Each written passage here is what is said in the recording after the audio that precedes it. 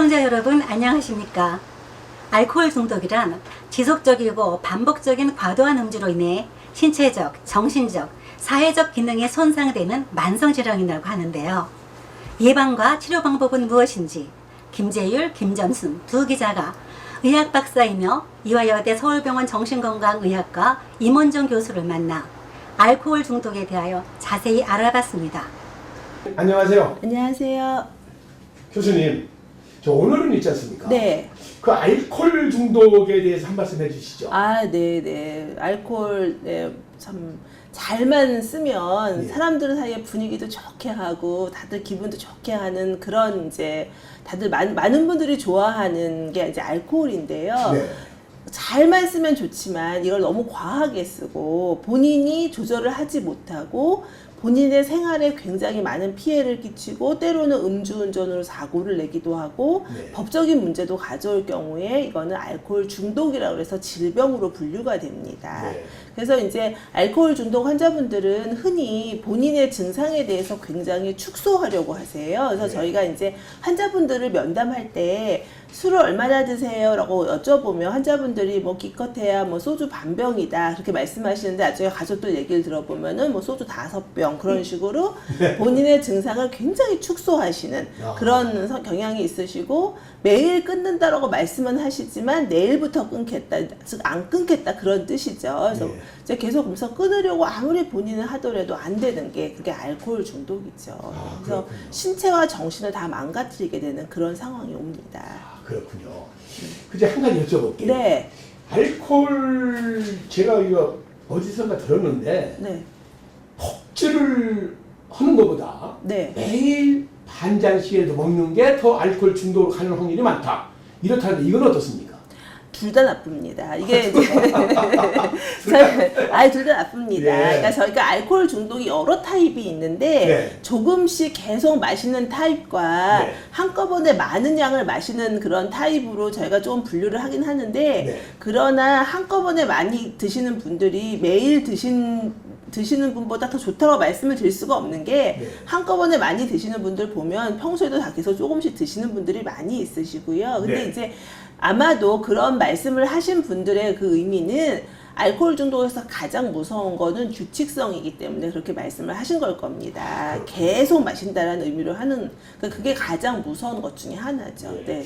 아 정말 알코올 중독 무섭더라고요. 네, 네. 그 치료 방법 한 말씀해 주시죠. 네, 알코올 중독은 반드시 치료해야 되는 병 중에 하나고, 왜냐하면 이제 우리나라 사회에서 알코올성 치매가 굉장히 다른 서구보다 많기 때문에 네. 이제 결국은 저희 노인들이 편안하게 장수할 수 있는 나라를 위해서도 알코올 중독은 꼭 치료가 돼야 되는 그런 병입니다. 그래서 네. 알코올 중독 치료에서 가장 중요한 거는 첫 번째 환자분들 본인이 마음을 굳게 먹으셔야 됩니다. 네. 술을 끊겠다. 최소 3년.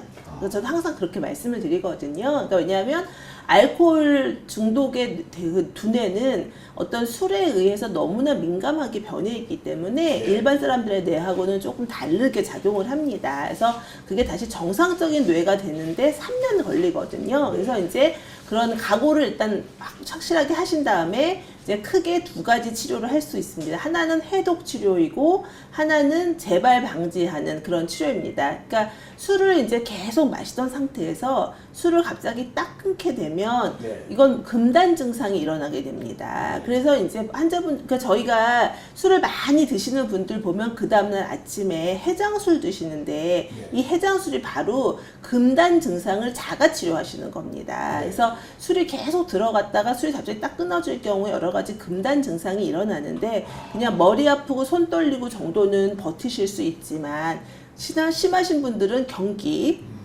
그다음에 진전선망이라고 해서 선망 상태가 되면서 환시가 보이는 그런 여러 가지 무서운 금단 현상이 있기 때문에 저희가 이제 그 금단 증상에 대한 치료를 합니다. 근데 이제 사실은 민간에서는 다들 해장술을 드시지만 병원에서는 절대 그렇게 할 수가 없기 때문에 이 알코올 성분과 비슷한 약물 치료를 합니다. 그래서 그렇게 약물 치료를 하고 그다음에 서서히 약을 줄이면서 그다음에 여러 가지 영양 성분을 보충하는 그런 해독 치료를 먼저 하고요.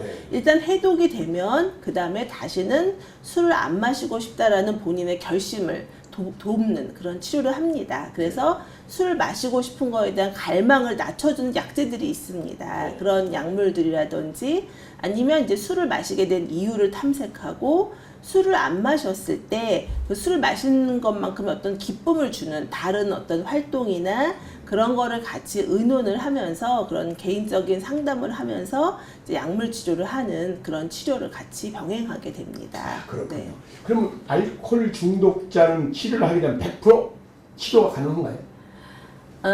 이제 100% 치료라는 걸 갖다가 지금 현재 상황에서 바로 술을 끊는다. 네. 그거로만 한다고 하면 환자분들의 한 70-80%는 술을 끊으십니다. 잠깐은. 네, 잠깐은. 아. 네, 그러나 저희가 목표하는 것은 3년 동안 술을 끊는 겁니다. 근데 3년 동안 술을 끊으시는 분들이 최소한 60%는 됩니다. 그러니까 60%는 돼? 생각보다 알코올 중독을 치료하는 게 아주 어렵지는 않고요. 저는 환자분들이 특히 담배 피우시다 끊은 분들이 오시면 저는 담배 끊는 것보다 훨씬 쉬우니 빨리 치료합시다 이렇게 권해드리거든요. 왜냐하면 담배보다는 조금 쉽습니다. 그렇군요.